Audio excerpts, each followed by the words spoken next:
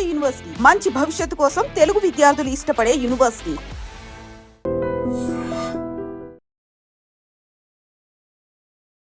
అందరికీ నమస్కారం. నేను Swarupa Potlapalli. Welcome to trending topic.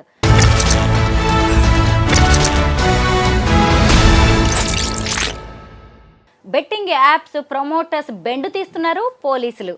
Oh common man ఇచ్చిన కంప్లైంట్తో పంజాగుట్ట పోలీసులు 11 మంది ఇన్ఫ్లుయెన్సర్స్ మీద కేసు నమోదు చేశారు.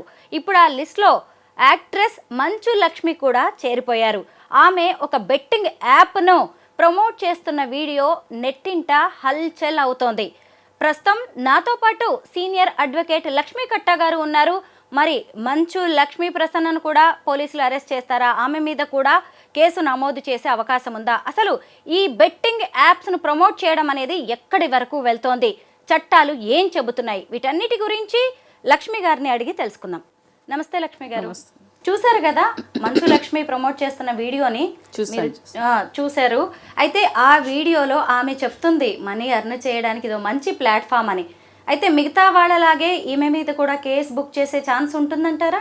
చట్టానికి ఎవరు అతీతులు కాదండి. తమ అనే భేదం ఉండదు. సో ఈ 11 మీద చేసినప్పుడు 12 వాళ్ళు కావచ్చు, లేకపోతే 14 కావచ్చు. అంటే ఒకే రోజు కాకపోయినా ఎవరైతే బెట్టింగ్ యాప్స్ ప్రమోట్ చేస్తున్నారో వాళ్ళు ఎంత పెద్దవాళ్ళైనా సరే పోయిన ప్రాణాన్ని తీసుకురాలేరు. ఒక తాగుబోతాడు తాగితే అతనికొక్కడికే ప్రాబ్లం. మహా అయితే 1000, 1500, 2000 తాగగలుగుతాడు. సో అతను లివర్ పోయి, అతను లంగ్స్ పోయి, అతను పోతే ఏడ్చి ఊరుకుంటారు. కానీ ఈ బెట్టింగ్ యాప్స్ వల్ల ఏమవుతుందంటే ఒక ఫినాన్షియల్ క్రైసిస్ వచ్చేసేసి మొత్తం అవమానాలు తట్టుకోలేక, అంటే ఒక పర్సన్ బెట్టింగ్లో డబ్బులు పోగొట్టుకొని అన్ని చోట్ల అప్పు చేసి, ఇప్పుడు నా దగ్గర ఒక కేసు ఉన్నది. అమ్మాయి లిటరల్లీ రోడ్డు మీద ఉన్నది. సో బికాజ్ ఆఫ్ 2 పిల్లల్ని పెట్టుకుని స్పైన్ ఆపరేషన్ చేయించుకొని హస్బెండ్ అప్పులు చేసేస్తే అది చాలా పెద్ద స్టోరీ. ఇప్పుడు అది చూస్తే మనకే అంటే టైం ఉండదు, కానీ చెప్తే ఆ బెట్టింగ్ యాప్స్లో ఉండే ప్రాబ్లమ్స్ ఏంటో అనేది ఫేస్ చేసిన వాళ్ళకి, లిటరల్లీ చూసిన వాళ్ళకి తెలుస్తుంది. జనరల్ పబ్లిక్కి అంటే యాప్స్ మీద ఏదో కేసు అవుతుంది ఏంటి అని చూస్తారు, కానీ దీని మీద ప్రతి ఒక్కరు స్పందించాలి. ఎంత పెద్దవాళ్ళైనా సరే తప్పు చేస్తే వాళ్ళకి శిక్ష తప్పదు, వాళ్ళు తప్పించుకోవడానికి వీల్లేదు. మంచు లక్ష్మి గారు లాంటి వాళ్ళని చాలామంది ఫాలో అవుతూ ఉంటారు. అంటే అలాంటి వాళ్ళు కొంత సొసైటీ కన్సర్న్డ్గానే ఉంటారు. మరి ఇలాంటి బెట్టింగ్ యాప్స్ని ప్రమోట్ చేయడం అనేది తెలిసి తెలియక చేస్తున్నారా ఇన్ఫ్లుయెన్సర్స్? అంటే కొంతమంది తెలిసి తెలియక చేయొచ్చు. అంటే మంచు లక్ష్మిని సమర్థించడం అనేది కాదు. జనరల్గా ఏంటంటే ఆవిడ చాలా సోషల్గా ఉపయోగపడే సామాజిక ప్రయోజనాత్మక కార్యక్రమాలు చాలా చేసినప్పుడు మరి ఇది బై మిస్టేక్లో, అంటే దాని గురించి అంత అవగాహన లేక, ఇంత ప్రాబ్లం అవుతుందని తెలియక ఎప్పుడో ప్రమోట్ చేసి ఉండొచ్చు. కానీ ఎప్పుడు చేసినా ఒకటేంటంటే సెలబ్రిటీస్ ఒక మంచి, ఇప్పుడు మనం ఒక వీడియో చేస్తున్నాము, రేపొద్దున ఎవరో ఒకరు గుర్తుపెడతారు. మనం తప్పు చేస్తే వాళ్ళు మనల్ని క్వశ్చన్ చేస్తారు. మనం అంటే నేను ఒక చిన్న అంటే సెలబ్రిటీ కాకపోయినా ఒక అడ్వకేట్ అయినా ఒక మీడియాలో వస్తున్నప్పుడు అలా ఉంటుంది. అలాంటిది అంత పెద్ద ఫేస్ వాల్యూ ఉన్నవాళ్ళు, అంత బ్యాక్గ్రౌండ్ ఉన్న వాళ్ళు చేస్తే కూడా, తెలియక చేసినా కూడా తప్పే. కాబట్టి దాని పర్యవసానం అనేది ఎవరైనా అనుభవించవలసిందే. ఇప్పుడు పోలీసులు కేసులు బుక్ చేసిన 11 మంది కూడా చూడండి వెల్ నోన్ ఫేసెస్. అసలు విష్ణుప్రియ ఏంటి, సుప్రీత, టేస్టీ తేజ, యాంకర్ శ్యామల, రీతు చౌదరి, అసలు అజయ్, భయ్యా, సన్నీ యాదవ్, ఏంటి వీళ్ళంతా ఎంత ఇన్ఫ్లుయెన్సర్స్ అంటే వాళ్ళు ఏదన్నా చెబుతుంటే మీలాంటి వాళ్ళు, నాలాంటి వాళ్ళు అందరూ వింటారు. అలాంటిది బెట్టింగ్ యాప్స్ అనేది వీళ్ళు ప్రమోట్ చేయడం వల్ల సమాజానికి ఎంత నష్టం? యాక్చువల్లీ ఏంటంటే అండి, కొంతమంది ఉన్నారు, కొంతమంది అమ్మాయిల పేర్లు చెప్పారు మీరు, ఒకళ్ళిద్దరు పేర్లు మర్చిపోయారు. వాళ్ళని ఇన్ఫ్లుయెన్సర్స్ అంటే నేను ఒప్పుకోను. నాలాంటి వాళ్ళు ఒప్పుకోరు. మేబీ ఒక యూత్ కానీ, లేకపోతే ఒక అంటే రిలేటెడ్ ప్రొఫెషన్ వాళ్ళకి వాళ్ళు ఇన్ఫ్లుయెన్సర్స్ అవ్వచ్చు. కానీ కొన్ని చూస్తుంటే కనుక స్క్రీన్ మీద వాళ్ళు ఇన్ఫ్లుయెన్సర్ అంటే నేను ఒప్పుకోను. మేబీ వాళ్ళకి ఫేమ్ వచ్చి ఉండొచ్చు కొన్ని విషయాల్లో. దేన్ని ఇన్ఫ్లుయెన్స్ చేస్తున్నారు అనేది కూడా ఒకటి చాలా ఆలోచించాలనేది కూడా. మేబీ వాళ్ళకి టాలెంట్ ఉండొచ్చు, టాలెంట్ ఉపయోగించుకోవచ్చు. వాళ్ళు ఏదో ఇన్ఫ్లుయెన్సర్స్ అనేసి ట్యాగ్ లైన్స్ పెట్టేసుకొని చాలామంది వాళ్ళు వేసే డ్యాన్సులు కానీ, వాళ్ళు చేసే క్లోతింగ్, వాళ్ళు ధరించే బట్టల విధానం అన్నీ చూస్తే వాళ్ళని ఇన్ఫ్లుయెన్సర్ అంటే ఎందుకు నాకు బాధపడిన మనోభావాలు దెబ్బతీస్తున్నారంటే చాలామంది వింటాం కాబట్టి, చూస్తాం కాబట్టి చెప్తాము. సో మేబీ ఇన్ఫ్లుయెన్సర్సే కావచ్చు. కానీ ఈ విధంగా ఇన్ఫ్లుయెన్స్ అయ్యి సంసారాలు రోడ్డు మీదకి వచ్చేసి ప్రాణాలు పోగొట్టుకుని ఆస్తులు పోయి కట్టుబట్టలతో ఇప్పుడు లాస్ట్ ఇయర్ మీడియాకి తెలిసింది, బయటకు వచ్చింది 1000 మంది. కానీ చెప్పుకోలేక అప్పులు పాలైపోయామంటే ఏ విధంగా అప్పులు పాలయ్యామనో తెలియక రైతులు అప్పులు పాలైపోతున్నారని చెప్పేసేసి ఒక అతను ఎవరో బిగ్ బాస్లోకి వచ్చిన అతనే ఇది చేశాడు. అంటే రైతుల కోసం పాటుపడి రైతుల యొక్క ఏంటంటే సంక్షేమం కోసము ఒక వీడియోస్ చేస్తూ వాళ్ళు ఇన్వెస్ట్మెంట్ పెట్టి వాళ్ళ అప్పులు పాలైపోతున్నారు, వాళ్ళకి నేను రోల్ మోడల్గా ఉండాలి, వాళ్ళ కోసం నేను ఫైట్ చేస్తున్నానని చెప్పి, కానీ కుటుంబాలే రోడ్డు మీదకి రావడానికి ఇన్ఫ్లుయెన్సర్గా వీళ్ళు చేసే విధానం చూస్తే అసలు ఎవరో ఇప్పటికే గవర్నమెంట్ లేట్ చేసింది. అసలు వీళ్ళందరినీ కూడా ఏంటంటే గట్టిగా పనిష్మెంట్ ఏదైనా అవసరం. ఇంకా ఎవరు కంప్లైంట్ ఇవ్వకపోయినా, ఎవరు బెట్టింగ్ యాప్స్ ప్రమోట్ చేసినా కూడా సుమోటోగా కూడా తీసుకుని కేసులు బుక్ చేయవలసిన అవసరం గవర్నమెంట్ మీద చాలా ఉంది. గేమింగ్ చట్టాలు అనేవి ఎలా పనిచేస్తాయి? వాటి కింద కేసు బుక్ అయితే నెక్స్ట్ వాళ్ళ పరిస్థితి ఏంటి? ఇప్పుడు ఎవరైనా గేమింగ్ చట్టాల కింద ఇప్పుడు ప్యాకెట్ ఆడి ప్లేయింగ్ కార్డ్స్ ఆడి వాళ్ళ 1500 1000 రూపాయలతో దొరికితేనే వాళ్ళని కేసులు బుక్ చేయడము, వాళ్ళని కొన్ని సందర్భాల్లో అరెస్ట్ చేయడము, అంటే వాళ్ళు అక్కడ వైల్డ్గా బిహేవ్ చేసినప్పుడు పారిపోవడం చేసినప్పుడు పట్టుకోవడం అని జరుగుతుంటాయి. ఇలాంటివి ఏంటంటే ప్రాణాలు పోతున్నాయి కదా. ఏ యాప్ వల్ల ఎవరు చేశారు అంతా ఇప్పుడు అందరూ కూడా ఒకే రకమైన నేరస్తులు. ఒకటి చేసిన వాళ్ళు ఒక నేరస్తులే, 10 చేసిన వాళ్ళు నేరస్తులు. ఇంకోటి ఏంటంటే వీళ్ళు చట్టాలు అనేది వీళ్ళు చట్టానికి గౌరవించి అప్పుడే అంటే ఎంత తెలివిగా ఉంటున్నారంటే మేము చేసేసాము, తప్పైపోయింది, ఇంకెప్పుడు చేయమని చెప్పేసి కప్పపుచ్చుకోవడానికి చాలా ప్రయత్నాలు చేస్తున్నారు.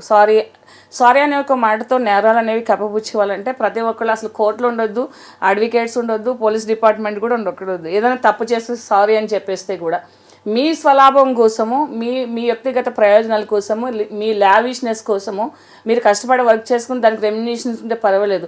ఎవరో మిమ్మల్ని ఈజీగా మీరు డబ్బులు సంపాదించుకుంటూ వేరొకరికి ఈజీగా సంపాదించమని రాంగ్ గైడెన్స్ ఇస్తూ, రాంగ్గా ఇన్ఫ్లుయెన్స్ చేస్తూ వాళ్ళని ఇచ్చేస్తున్నారు. డెఫినెట్గా ఏంటంటే చట్టం తలుచుకుంటే ఏదైనా చేసుకోవచ్చు. గేమింగ్ యాక్ట్ ప్రకారం ఏంటంటే వీళ్ళకి సివియర్ పనిష్మెంట్ ఉంటుంది. ఒక పోలీస్ డిపార్ట్మెంట్ తలుచుకుంటే వీళ్ళని అరెస్ట్ కూడా చేయొచ్చు.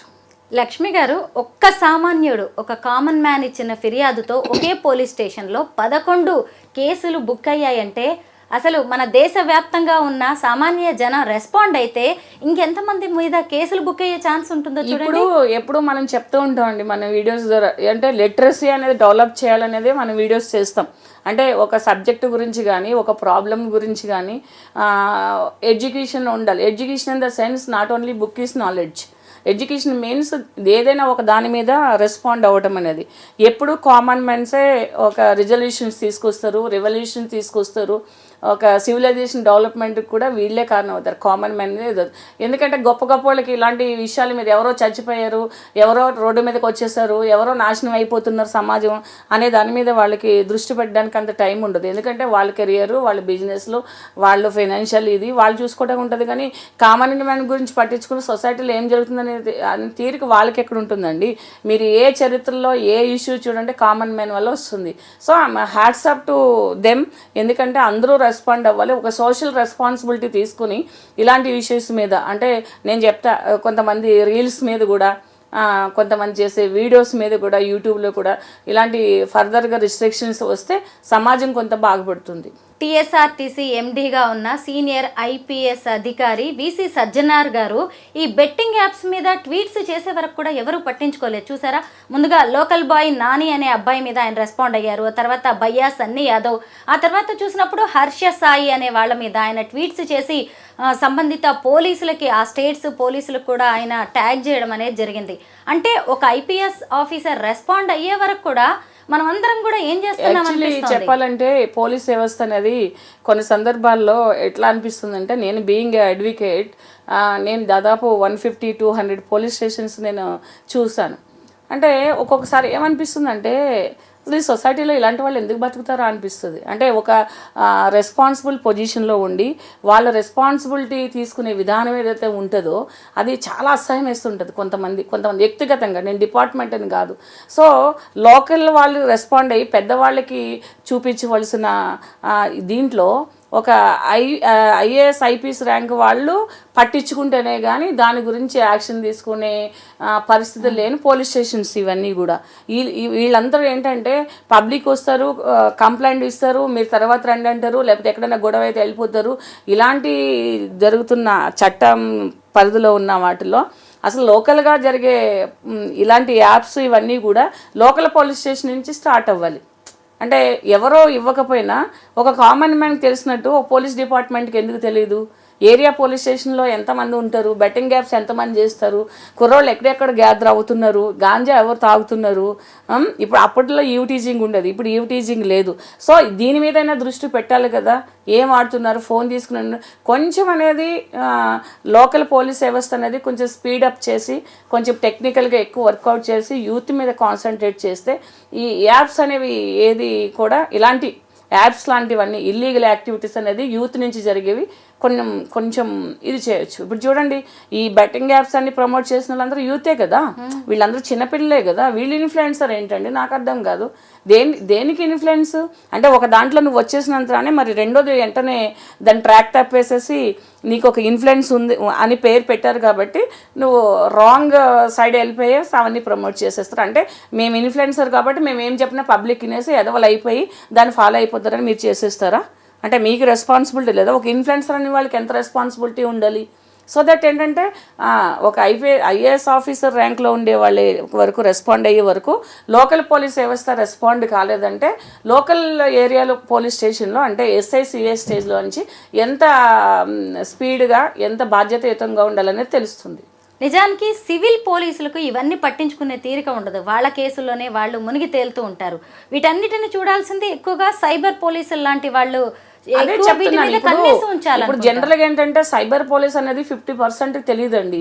ప్రతి పోలీస్ స్టేషన్లోనూ సైబర్ క్రైమ్కి సంబంధించిన ఒక ఇది పెట్టారు, అంటే ఒక వింగ్ పెట్టారు.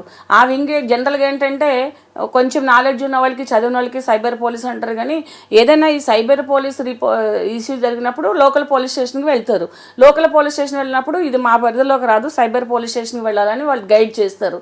ఇంకేంటంటే మీరు గవర్నమెంట్ మీద కూడా ఏంటంటే ఇప్పుడు మండల ఆఫీస్ దగ్గర, గవర్నమెంట్ హాస్పిటల్ దగ్గర ఎలా అయితే హెల్త్ ఇష్యూస్ సంబంధించిన బోర్డ్స్ ఉంటాయో అలాంటి ఫ్లెక్సీలు ఎక్కువ ఏర్పాటు చేయవలసిన అవసరం కూడా ఉంది. సైబర్ క్రైమ్ దేని కింద వస్తుంది, ఇప్పుడు క్షయవాది ఇలా వస్తుంది, HIV ఇలా వస్తుంది, లేకపోతే ఎడ్యుకేషన్ అనేది పిల్లలకి ఇలా చేయాలి, ఈ శిశు మరణాలను తగ్గించాలి, ఈ స్కానింగ్లు తీయకూడదు. అలాంటి దాంట్లో ఈ బెట్టింగ్కి సంబంధించిన ఇల్లీగల్ యాక్టివిటీస్ ఏదైతే ఉన్నాయో వాటికి కూడా కొంచెం ఫ్లెక్సీలు అవి పెట్టి, హోర్డింగ్స్ పెట్టి దాన్ని ప్రమోట్ చేయవలసిన, ప్రజల్లోకి వెళ్ళవలసిన అవసరాలు ఉన్నాయి. చాలామంది తెలియక కూడా కొంతమంది ఎంత నిర్లక్ష్యంగా చెప్తారు కాబట్టి ఇది మాది కాదు సైబర్ పోలీస్ స్టేషన్ అంటే ఎక్కడుందంటే అక్కడ ఉంది, ఇక్కడ ఉంది, కరెక్ట్ పక్కనున్నా కూడా చెప్పనంత పరిస్థితులు ఉన్నాయి పోలీస్ స్టేషన్లో కూడా.